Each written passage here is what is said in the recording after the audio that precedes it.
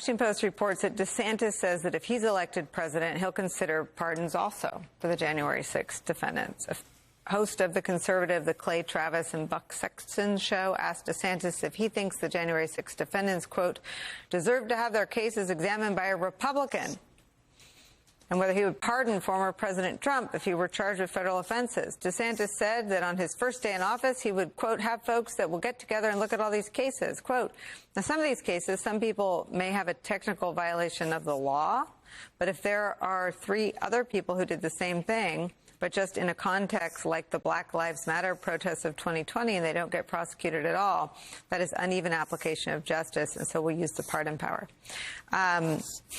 The projection is remarkable, but we haven't booked a psychiatrist, so we'll leave that for another day. The unequal application of justice is that, I haven't heard Tim Scott on this yet, but the 2 declared candidates for the Republican nomination for president currently have the position that they're going to reopen all of these cases. Stewart Rhodes is an enemy of America. He is a terrorist. He is a traitor. He is a seditionist, and he should be locked up for the rest of his life. He is an immediate threat. He continues to blatantly say he will continue to attack America. He's not America's Nelson Mandela. He's America's Osama bin Laden.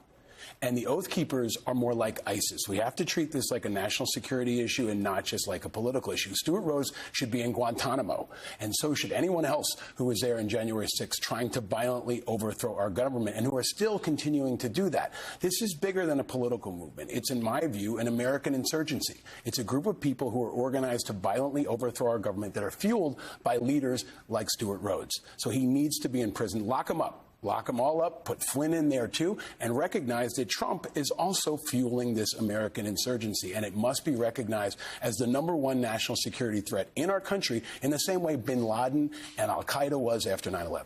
And it's not just you. You have a lot of authority to say so. But Christopher Wray testified under oath that the greatest threat to the homeland is domestic violent extremism. And you know who agreed with him until he went on Tucker Carlson's show? Ted Cruz.